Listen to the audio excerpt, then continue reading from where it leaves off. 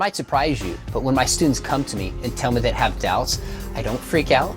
I don't gasp in shock and horror. My first response is to say, that's fantastic. Why?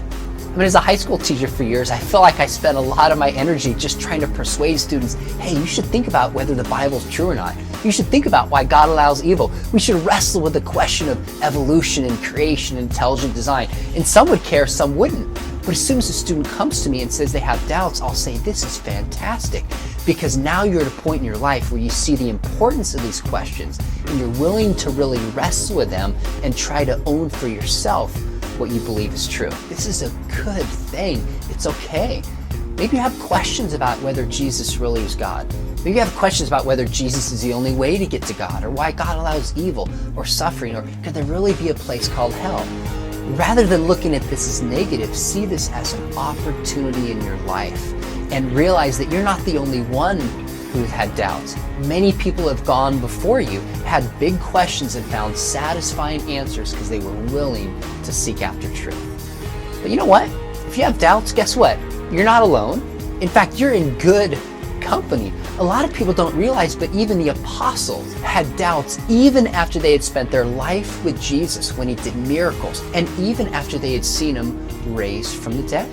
In fact, at the end of Matthew 28, right when Jesus gives his great commission to the apostles to go out into the world and make disciples, it says that they worshiped Jesus, but some doubted. So don't beat yourself up if you have doubts. It's okay. It's great to have doubts. But what is not okay is to just let them go and to not seek and try to discover truth.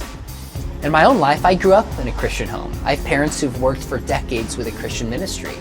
When I was probably 19 or 20 years old, I started having some serious questions about what I believe. Some not just intellectual doubts, but kind of emotional doubts. I remember sitting down with my father over coffee and I said, Dad, I want you to know something. I want to know what's true. But I'm not sure I really believe that Christianity is true, not knowing what he was going to say. He looked to me instantly, he goes, son, I think that's great. My first thought was, Dad, did you hear anything that I just said? He said, I did hear you. He said, I think it's great because it sounds to me like you're committed to truth. You have to decide and know for yourself what you believe is true and live for it. He said, besides, I'm really confident that if you seek after truth, you'll be led back to Jesus because Jesus is the truth.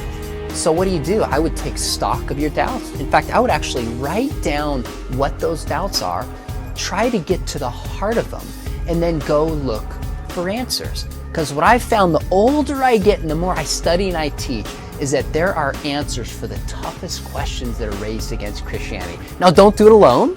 Some people are tempted to separate themselves from their community, go find truth and come back. I think that's a mistake. Surround yourself with Christians, surround yourself with believers that can guide you and love you through this process. But if you seek after truth with all your heart, even if you have painful doubts, I am confident that it'll lead you to the person of Jesus Christ.